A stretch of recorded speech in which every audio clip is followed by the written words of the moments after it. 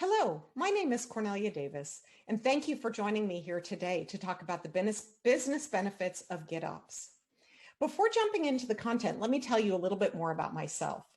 I've been in this industry for quite some time, about 30 years, maybe even a little bit more. I've always been a developer. I didn't come from the operations side, but it says that I wasn't ops. That was in past tense. The reason that I consider myself now somewhat proficient in ops is because I've spent the last 10 years or so working on developer platforms. Initially working on Cloud Foundry, then later on Kubernetes. All told, I've been working in the Kubernetes space for about 5 years, which doesn't make me the longest veteran, but it doesn't make me a noob either. I've been working in web architectures and indeed cloud native. And what I mean by cloud native is this world where the environment that we're running our software in is constantly changing and it's highly distributed. Been working in that space for nearly a decade, even though we didn't call it cloud native at the time. I've been part of the DevOps Enterprise Summit Programming Committee for quite a number of years. And for the last year and a half or so, I've been the CTO at Weaveworks. Now, Weaveworks, we consider ourselves the GitOps company, which is why I'm talking to you about GitOps today. So I've been spending quite a bit of time in this space. I'm also, as you can see on this slide, the author of a book called Cloud Native Patterns, which is a book that is targeted at the application developer and architect that teaches the software architecture patterns that support software running well in this highly distributed, constantly changing world that is the cloud. So why am I talking about cloud native? Well, I believe that fundamentally, GitOps is the thing that takes cloud native all the way to operations. And to drive this point home, I'd like to start with our very own Jonathan Smart. Jonathan Smart, many of you know, has been part of this DevOps Enterprise Summit community for quite a number of years. He's given some great talks at DevOps Enterprise, including some of the funniest and most wonderful lightning talks. I encourage you to look them up online. They're really fantastic. This is a picture of him giving a talk quite a number of years ago when he was still at Barclays Bank.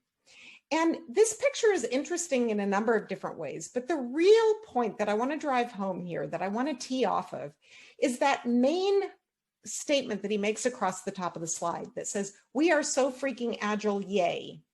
Now, he builds the slide up, and I'm not going to spend as much time on it, but the point that he's driving home here is that we've gotten really very good in the industry at applying these agile practices and short feedback loops and short cycles and things like that to the early stages of the development process. So dev is really great. But then when you look at the whole broad spectrum of things, you look at on the left side, which is all of the stuff that happens before we go into development, you'll notice that it has a very different cadence. It has annual, quarterly, and monthly cadence. And I'm not going to talk about that side, but where we're really going to talk is on the right side of that dev, which is when we say, after I've done the development, what are the things that need to happen to get this thing all the way out into production? And there again, you can see that there is a cadence of monthly and quarterly. So imagine you have software ready to test against customer expectations. You want to get some feedback. You've got it ready to go, but it takes you an entire quarter before you can get that in front of customers and get the feedback. Well, GitOps is something that can help you shorten that cycle significantly. And that is ultimately the major business value. So before I jump into the business values, let me explain a little bit about what I mean by GitOps. What is it? So what we're talking about here, as I just teed up, is we're talking about running software in production. So I've got some type of a runtime environment that I'm going to run that software in. Now that runtime environment needn't be just Kubernetes. It could be any type of runtime environment. I'm using Kubernetes here just as an example because many of you are using Kubernetes or planning on using Kubernetes in production. And in fact, it gives us a leg up if we were to look at things under the covers. But there is that asterisk that says the runtime environment could really be anything. And then, of course, we've got some human beings that are responsible for managing that application in production. Now, those individuals are increasingly the application team, and I'll talk more about that in just a moment. But nevertheless, I've got some humans that are ultimately accountable and responsible for getting this thing running and keeping it running while in production? Well, of course, you can see there's a whole bunch of white space on this slide. So I'm going to fill those things in with the techniques and the mechanisms that we can use that we believe are making it more and more effective for these human beings to manage these applications in production. So what's the first thing?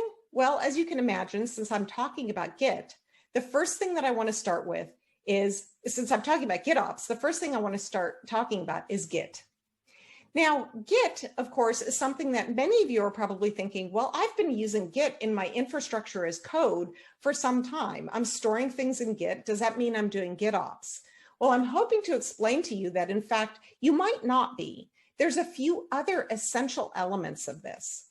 Now, the first element that you see here is, yes, we are storing some of the operational artifacts in Git, and then we're using, and this is key point number one, is that we are using Git and the Git applications, things like GitHub, GitLab, Bitbucket.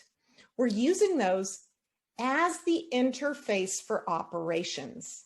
This is really important because it drives home the point that I am not just storing things in Git and then using something else to exercise those operational tasks, and then using yet another interface to do auditing against that, and another interface to do this or that.